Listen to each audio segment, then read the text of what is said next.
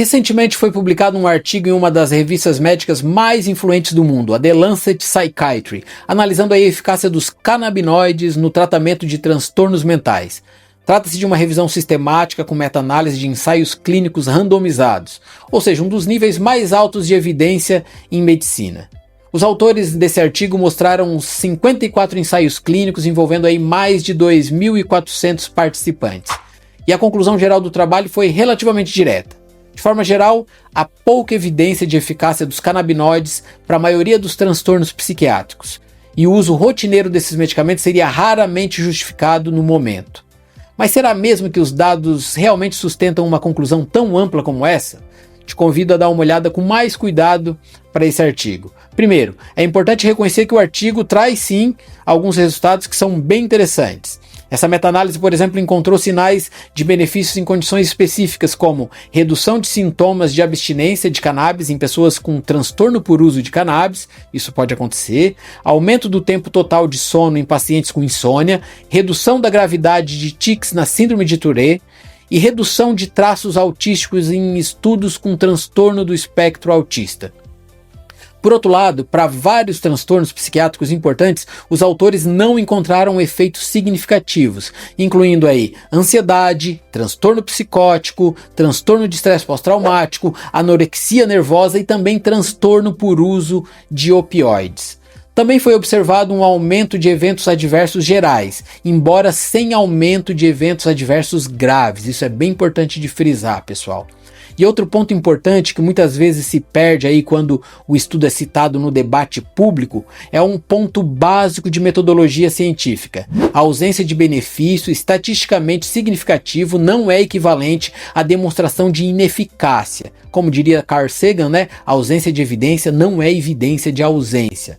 Quando os estudos são pequenos, heterogêneos ou de uma curta duração, um resultado estatisticamente neutro pode simplesmente refletir falta de poder estatístico ou evidência ainda insuficiente, e não necessariamente a ausência de efeito terapêutico. Essa distinção é central em epidemiologia, mas frequentemente se perde quando os resultados científicos são traduzidos para o debate público, como nesse caso. Quando a gente olha mais atentamente para o método desse estudo, surgem também algumas questões bem importantes. O primeiro ponto é o tipo de estudos que foram incluídos na análise.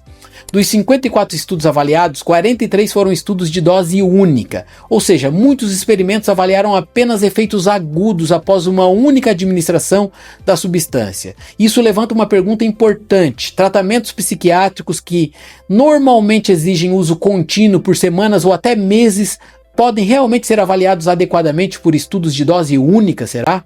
Provavelmente não, né? Outro exemplo interessante aparece na análise da ansiedade. A meta-análise incluiu apenas 6 estudos nessa área, e nenhum deles, pessoal, avaliou exatamente preparações de cannabis medicinal semelhantes àquelas que a gente usa na prática clínica. Na maioria dos casos foram utilizados canabinoides sintéticos ou moléculas isoladas. E mesmo assim, pessoal, há um dado curioso: 4 desses 6 estudos relataram melhora de sintomas, embora o resultado agregado da meta-análise não tenha sido significativo. Outro ponto central diz respeito à heterogeneidade das intervenções analisadas. Em muitas meta-análises sobre canabinoides são agrupadas intervenções muito diferentes, como canabidiol isolado, THC, canabinoides sintéticos, como dronabinol ou nabilona, por exemplo, extrato da planta inteiro, formulações combinadas, enfim, uma diversidade de possibilidades. Do ponto de vista farmacológico, essas substâncias têm perfis e mecanismos bastante distintos. Seria como realizar uma meta-análise reunindo aí paracetamol, ibuprofeno e diclofenaco e depois tentar concluir se analgésicos funcionam ou não. Esse tipo de heterogeneidade pode diluir efeitos específicos e gerar conclusões excessivamente generalistas. Além disso, a própria meta-análise reconhece limitações importantes na base de evidência analisada.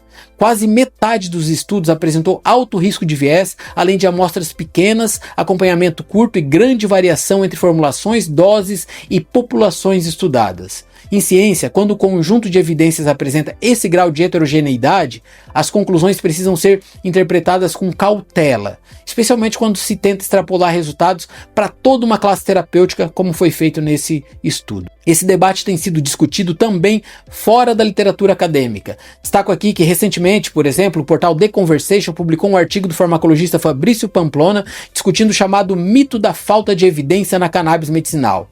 E uma análise semelhante também apareceu em uma matéria publicada no jornal O Globo, assinada pela psiquiatra Ana Gabriela Roni e pelo neurologista Flávio Henrique de Rezende Costa. Os autores chamam a atenção justamente para o risco de interpretar esse tipo de meta-análise de forma excessivamente categórica no debate público.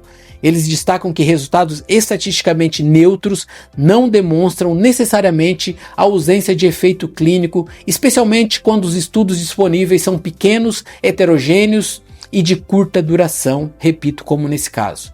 Então, qual seria uma leitura mais equilibrada desse artigo? Ele não mostra que os canabinoides são ineficazes em saúde mental. O que ele mostra é algo diferente, que a evidência disponível ainda é heterogênea, que muitos estudos são pequenos ou de curta duração e há uma necessidade clara de ensaios clínicos maiores e metodologicamente mais robustos. Também é importante lembrar que essa meta-análise avaliou apenas o uso de canabinoides em transtornos mentais. Ela não incluiu, por exemplo, áreas em que a eficácia já está bem estabelecida, como o uso do canabidiol em epilepsias refratárias ou então outras indicações aprovadas para canabinoides como náusea induzida por quimioterapia ou espasticidade na esclerose múltipla. Ou seja, extrapolar as conclusões desse recorte específico para todo o campo da cannabis medicinal na saúde mental pode levar a interpretações excessivamente simplificadas. No fim das contas, talvez a conclusão mais científica seja essa. Não se trata de abandonar a investigação dos canabinoides, mas sim de melhorar a forma como a gente estuda essas moléculas. E esse é exatamente o tipo de debate que move a ciência adiante.